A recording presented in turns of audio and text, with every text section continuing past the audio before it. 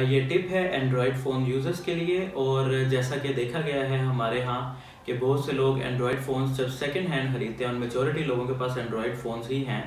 जब वो और तो उनमें से काफ़ी सारे लोग सेकंड हैंड ख़रीदते हैं। तो जब वो सेकंड हैंड एक एंड्रॉयड फ़ोन ख़रीदते हैं, तो जिन लोगों का ईमेल एड्रेस नहीं होता, बहुत से लोग ऐसे हैं कि जो या तो वो पिछली जनरेशन से अब हैं, वो बुज़ुर्ग हैं, या फिर या फिर उनका लिटरेसी रेट उतना नहीं है, डिजिटल लिटरेसी इतने नहीं है कि उनको ईमेल्स का पता हो, तो उनका ईमेल एड्रेस नहीं बना हुआ होता।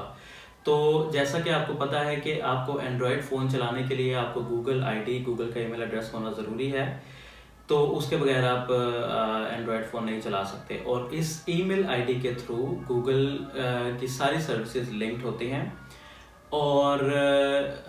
आप अगर एक बंदे ने सेकंड हैंड एंड्रॉयड फ़ोन लिया है और उसमें अगर उसका ईमेल एड्रेस नहीं है, तो वो क्या करेगा कि या तो जिसका ईमेल एड्रेस ऑलरेडी उस पर एंटर हुआ है उसी से ही उसको चलाना शुरू कर देगा, या फिर वो किसी दुकानदार को जिससे फ़ोन लिया है उसको बोलेगा कि आप प्लीज़ इसको चालू कर दें, ये मेरे से चल नहीं रहा, इसको सेट कर दें।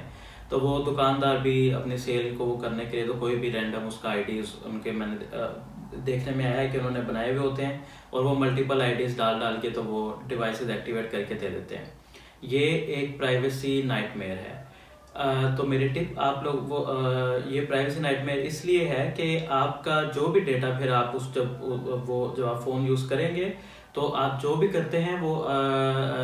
कोई भी एक्टिविटी आपके फ़ोन के ऊपर जो है वो डेटा जनरेट कर रही होती है। आपकी लोकेशन का डेटा, आपने क्या सर्च किया है वो डेटा, आपके इंटरेस्ट्स, आप कहाँ जा रहे हैं, और आपके फ्रेंड्स कॉन्टैक्ट लिस्ट, आपके मैसेजेस, ये सारा डेटा आपका फ़ोन जनरेट कर रहा होता है। और ये अगर आपका ईमेल एड्रेस किसी और का लिंक हुआ है, तो ये सारा डेटा जब बैकअप हो रहा होता है, इंक्लूडिंग फ़ोटोज़,